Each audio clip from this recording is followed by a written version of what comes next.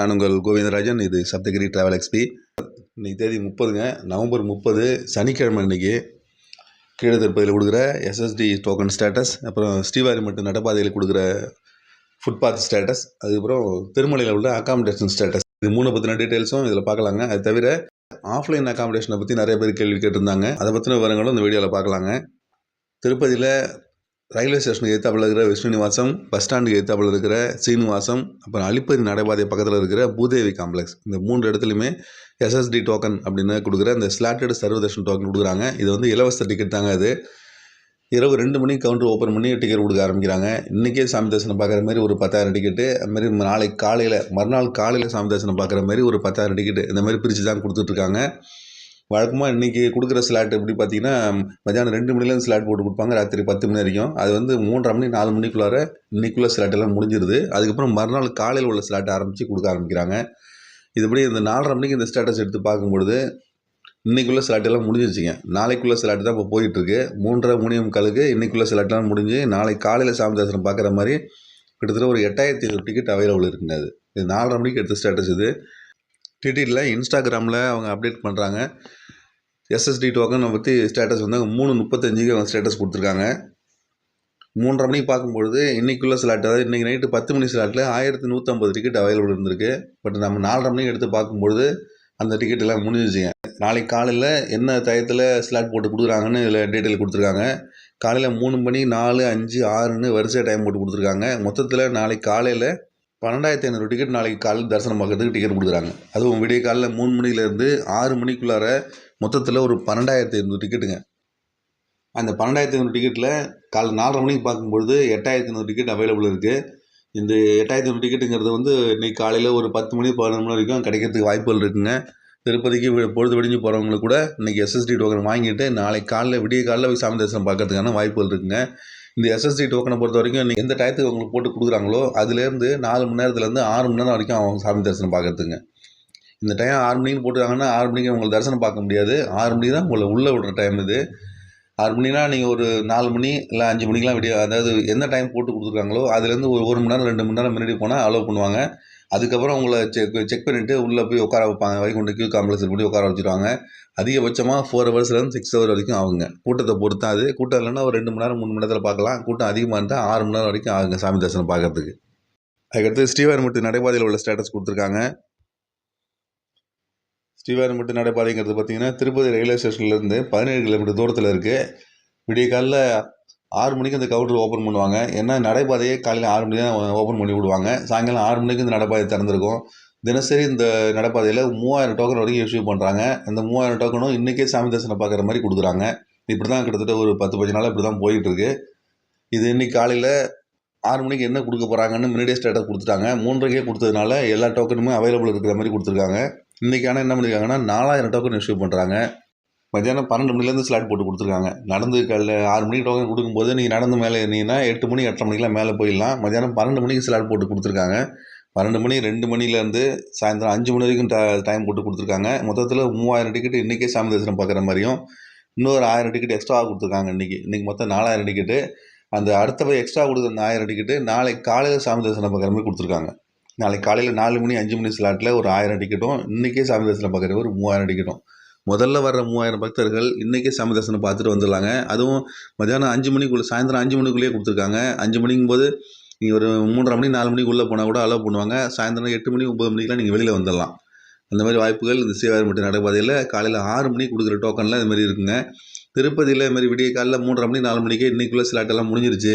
இந்த மறுநாள் காலையில் டோக்கன் தான் கொடுக்குறாங்கன்னா இன்றைக்கி காலையில் 4:30 மணி 5 மணிக்கு நாளைக்கு காலையில் 5 மணிக்கு சாமி பார்க்குற மாதிரி தான் இருக்கும் கீழே திருப்பதியில் வாங்குற டோக்கனு. அதுக்கு பதில் நீங்கள் என்ன செய்யலாம், அந்த மாதிரி மாறிடுச்சுன்னா நீங்கள் அங்கேருந்து ஒரு ஷேர் ஆட்டோவோ இல்லை டிடிடி பஸ்ஸு இல்லைனா ஏபிஎஸ்ஆர்டிசி பஸ்ஸு இது மாதிரி பஸ்ஸை பிடிச்சி ஸ்ரீவாரிமட்டு நடைபாதைக்கு வந்தீங்கன்னா 6 மணிக்கு இந்த டோக்கன் கொடுப்பாங்க. ஒரு 8 மணிக்குள்ள நீங்கள் டோக்கன் வாங்கிட்டால் கூட இன்றைக்கே சாமி தரிசனம் பார்த்துட்டு நைட்டு வெளியில் வந்துடலாங்க. அந்த மாதிரி வாய்ப்புகள் அந்த ஸ்ரீவாரிமட்டு நடைபாதையில் இருக்குது. வேணுங்கிறவங்க அதை யூஸ் பண்ணிங்க. அப்புறம் திருமலையில் உள்ள அகாமடேஷன் ஸ்டேட்டஸ், திருமலையில் நேரடியாக போய் ரூம் எடுக்கிறதுக்கான அகாமடேஷன் ஸ்டேட்டஸ் இது. சிஆர்ஓ அப்படிங்கிற சென்ட்ரல் ரிசப்ஷன் ஆஃபீஸ் அப்படிங்கிற திருமலையில் உள்ள ஆஃபீஸுங்க. அது ஆன்லைனில் ஆஃப்லைனில் எந்த மாதிரி ரூம் எடுத்தாலும் இங்கே தாங்க வந்தாகணும். ஆன்லைனில் ரூம் எடுத்தாலும் ரிசிப்ட் எடுத்துக்கிட்டு நீங்கள் இந்த சிஆர்ஓ அப்படிங்கிற இந்த ஆஃபீஸுக்கு தான் வரணும். இங்கே இன்டர்நெட் சென்டர்னு இருக்குது. அங்கே கொண்டு போய் உங்கள் டிக்கெட்டை ஸ்கேன் பண்ணிங்கன்னா உங்களுக்கு ரூம் அலாட்மெண்ட் அதுக்கப்புறம் தான் கிடைக்கும். ஆன்லைனில் எடுத்தால் இங்கே தான் வரணும். ஆஃப்லைனில் எடுக்கிறதுக்கு நேரடியாக இங்கே தாங்க வரணும். விடிய காலையில் 5 மணிக்கு அந்த கவுண்டர் திறப்பாங்க. இரவு 8 மணிக்கு அந்த கவுண்டர் திறந்துருக்கும். இந்த கவுண்டரில் பதிவு பண்ணுறதுக்கு உங்களுக்கு என்ன வேணும்னா Aadhaar card xerox with phone number. இது தவிர வேறு எதுவுமே தேவையில்லைங்க. இங்கே வந்துட்டிங்கன்னா க்யூ லைனில் நின்று உங்கள் பேர் ஆதார் கார்டு கொடுத்து பதிவு பண்ணிட்டு வந்துடலாங்க. எவ்வளோ பேர் தங்குறீங்கன்னு கேட்பாங்க. அதை மொத்தம் டீட்டெயில் சொல்லிட்டிங்கன்னா கையில் ஒரு ஸ்லிப் ஒன்று கொடுப்பாங்க. அதில் ஒரு சீரியல் நம்பர் போட்டிருக்கும். அதை வாங்கிட்டு வெளியில் வந்துடலாம். ஒரு 200-300 பேர் கீழே நின்னா கூட நீங்கள் பதிவு பண்ணுறதுக்கு ஒரு 1/2 hour தாங்க ஆகும். ஏன்னா உள்ளே வந்து 10 கவுண்டருக்கு மேலே வச்சுருக்காங்க. அதில் நீங்கள் வேகமாக பதிவு பண்ணிட்டு வெளியில் வந்துடலாம். அதுக்கப்புறம் உங்களுக்கு சீனியாரிட்டி படி அலாட்மெண்ட் கிடைக்கும் உங்களுக்கு. இன்றைக்கி பாருங்கள், இன்றைக்கி காலையில் அவங்க 3:30 மணிக்கு ஸ்டேட்டஸ் கொடுத்துருக்காங்க. 5 மணி தான் அந்த கவுண்டர் திறப்பாங்க. 1156 ரூமு 50 ரூபா ரூம் 100 ரூமில் அவைலபிள் இருக்குங்க. இந்த 50-100 ரூம் எப்படின்னு பார்த்தீங்கன்னா அவங்க 2 சேர்த்து தான் ஒரே மாதிரி ஸ்லாட் தான் வச்சுருக்காங்க. எது அவைலபிள் இருக்கோ அதை கொடுப்பாங்க. எனக்கு 50 ரூபா ஒன்று 100 ரூபா ஒன்று பிரித்து கேட்க முடியாதுங்க. எது அவைலபிலிட்டியோ அது கொடுப்பாங்க. 1000 ரூபா 1518 ரூமில் இன்றைக்கி காலையில் எதுவும் கோட்டா ஒதுக்கலை. பகலில் ஏதாவது காலி ஆகிடுச்சுன்னா திரும்ப அந்த அலாட்மெண்ட் கொடுப்பாங்க. பட் விடிய காலையில் 5 மணி இந்த கவுண்டர் திறக்கும்போது அது இல்லை. இந்த 5 மணிக்கு அந்த 1156 ரூம் இருக்குன்னா அந்த விடிய காலையில் முதல்ல வரும் 1156 மக்களுக்கு உடனடியாக ரூம் கிடைக்கிறதுக்கு வாய்ப்புகள் இருக்குங்க. இது எல்லாமே அவைலபிளாக இருக்குது. எல்லாமே காலியாக இருக்குன்னு தான் அர்த்தம். அது நீங்கள் வந்து பதிவு பண்ணிட்டீங்கன்னா அடுத்த ஒரு 1/2 hourல உங்களுக்கு ரூம் அலாட்மெண்ட் கிடச்சிரும். 1/2 hourல உங்களுக்கு மெசேஜ் வந்துடும். எந்த இடத்துல ரூம் அலாட் ஆகிருக்குன்னு மெசேஜ் வந்துடும். அதுக்கப்புறம் நேரடியாக அந்த ஒதுக்கப்பட்ட காட்டேஜோட என்கொயரி ஆஃபீஸுக்கு போயிட்டு அங்கே பணம் கட்டிட்டு ரூம் எடுத்துக்கலாம். அந்த மாதிரி வாய்ப்புகள் விடிய காலையில் வந்தோம்னா கண்டிப்பாக கிடைக்குங்க. திருமலையை பொறுத்த வரைக்கும் ஆன்லைனில் எடுக்க முடியல, ஆஃப்லைனில் தான் எடுத்தவன வர வழி இல்லை அப்படிங்கிற பட்சத்தில் நீங்கள் டென்ஷன் ஆகாமல் ரூம் எடுக்கணுன்னா விடிய காலையில் இங்கே திருமலைக்கு வாங்க. 5 மணிலேருந்து ஒரு 6:30 மணி 7 மணிக்குள்ளே வந்துட்டிங்கன்னா கூட 1 hourல ரூம் கிடைக்கிறதுக்கு வாய்ப்புகள் இருக்குங்க. அதுக்கப்புறம் நீங்கள் 8 மணி 9 மணிக்கு மேலே வந்தீங்கன்னா 2 மணி நேரத்துக்கு மேலே ஆகும். 10 மணிக்கு மேலே வந்தால் 3 மணி நேரம் கூட ஆகுங்க. அது மாதிரிலாம் வாய்ப்புகள் இருக்குது. அதனால் உங்களுக்கு கண்டிப்பாக ரூம் வேணும் திருமலையில் வேறு வழி இல்லைன்னா விடிய காலைக்கு திருமலைக்கு வாங்க. கண்டிப்பாக உங்களுக்கு ரூம் கிடைக்குங்க. தினசரி இப்படி தான் இருக்குது. ஒரு நாளைக்கு 1000 ரூமுக்கு மேலே தினசரி காலை நேரத்தில் அவைலபிள் இருக்குங்க. திருமலையில் ஆஃப்லைன் அக்காமடேஷனை பற்றி டீட்டெயில்ஸ் இதில் பார்க்கலாங்க. திருமலையில் இந்த பிப்ரவரி மாதம் புக்கிங் இப்போ முடிஞ்சிருச்சு. அக்காமடேஷன் வந்து கடைசியாக முடிஞ்சுது. 25ஆம் தேதி மத்தியானம் 3 மணிக்கு அக்காமடேஷன் முடிஞ்சுது. இப்போ நிறைய பேர் எடுத்திருக்காங்க, நிறைய பேர் எடுக்காமலும் விட்டுருக்காங்க. அந்த மாதிரி எடுக்காமல் விட்டவங்க தொடர்ந்து நிறைய கமெண்ட் வந்துட்டுருக்கு. டிடிடியில் ஆன்லைனில் எடுக்க முடியல, அது தவிர ஆன்லைனில் எடுக்கிறதுக்கு வேறு ஏதாவது வாய்ப்புகள் இருக்கா அப்படின்னு சொல்லி கேட்டிருந்தாங்க. பட் அது இல்லாமல் வேறு என்ன தனியாக தங்கத்துக்கு என்ன இடம் இருக்குதுன்னு சொல்லி கேட்டிருந்தாங்க. அவங்களுக்கு வந்து நான் என்னோட ஏற்கனவே போட்ட வீடியோவை ஷேர் பண்ணியிருக்காங்க. இருந்தாலும் அதை பற்றி ஒரு சின்ன விவரங்கள் இதில் சொல்லலான்னு தான் சொல்கிறேன். ஏற்கனவே போட்ட வீடியோக்களோடைய தலைப்பு செய்தி மாதிரி தான் இதை சொல்கிறேன். இதை பார்த்துங்க. இந்த வீடியோவுக்கு கீழே ஏற்கனவே போட்ட வீடியோவோட லிங்க் கொடுக்குறேன். உங்களுக்கு தேவைப்பட்டால் அந்த வீடியோ ஓப்பன் பண்ணி பாருங்கள். அந்த மடங்களை பற்றி அந்த என்ன எங்கெங்கே அந்த இடம் இருக்குங்கிறத பற்றி ஃபுல் டீட்டெயில் அதில் இருக்கும். அதை பற்றின ஒரு சாதாரண தொகுப்பு மட்டும் இதில் சொல்கிறேங்க. இதில் நீங்கள் ஆன்லைனில் சப்போஸ் உங்களால் டிடியில் எடுக்க முடியல அப்படிங்கிற பட்சத்தில் ஆஃப்லைனில் வந்து இங்கே தனியார் மடங்கள்லாம் இருக்குதுங்க. தனியார்னா இங்கே வந்து ஹோட்டல்ஸ் கிடையாது. ஏன்னா டிடிடியை பொறுத்த வரைக்கும் ப்ரைவேட்டுங்கிற பேச்சே கிடையாதுங்க. எல்லாருமே வந்து இங்கே டிடிடி மட்டும்தான் இங்கே அலவுடு. ஏன்னா இந்த மொத்த மலையுமே இந்த 7 மலைகளுமே வந்து டிடிடிக்கு சொந்தமான இடம் தான். அதனால் ப்ரைவேட்டுங்கிறதுக்கு பேச்சே கிடையாது. ஆனால் என்ன செய்கிறாங்கன்னா இந்தியாவில் உள்ள பெரிய பெரிய மடங்களோட இங்கே ஒரு பிரான்ச்சிங் கட்டி வச்சுருக்காங்க.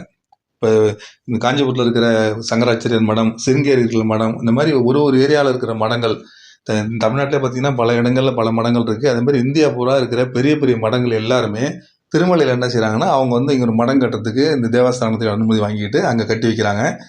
அங்கே என்ன செய்கிறாங்கன்னா அந்த மடத்துக்கு சம்மந்தப்பட்டவங்க அங்கே வந்து வெளியூரில் அந்த ராஜஸ்தானில் இருக்குது இல்லை உத்தரப்பிரதேசில் இருக்குன்னா அவங்க இங்கே வரும்பொழுது அங்கே உள்ள மடத்துக்கிட்ட சிபாரிசு லெட்டர் வாங்கிட்டு வருவாங்க. இங்கே வந்து தங்கிப்பாங்க. வாடகை கொடுத்து தங்கிப்பாங்க, வாடகை இல்லாமல் தங்கிப்பாங்க. அது வந்து அவங்க அந்த மடத்தோட மடத்தில் வேலை பார்க்குறவங்கள பொறுத்து இருக்குது. அதனால் அந்த மாதிரி தங்கிறதுக்காக கட்டின மடங்கள் நிறையா இருக்குங்க. பட் அவங்க வருஷம் பூரா வர்றது இல்லை. அப்போ எப்போல்லாம் அவைலபிள் இருக்கோ அப்போல்லாம் வந்து வெளியில் உள்ள பக்தர்களுக்காக அதை கொடுக்குறாங்க.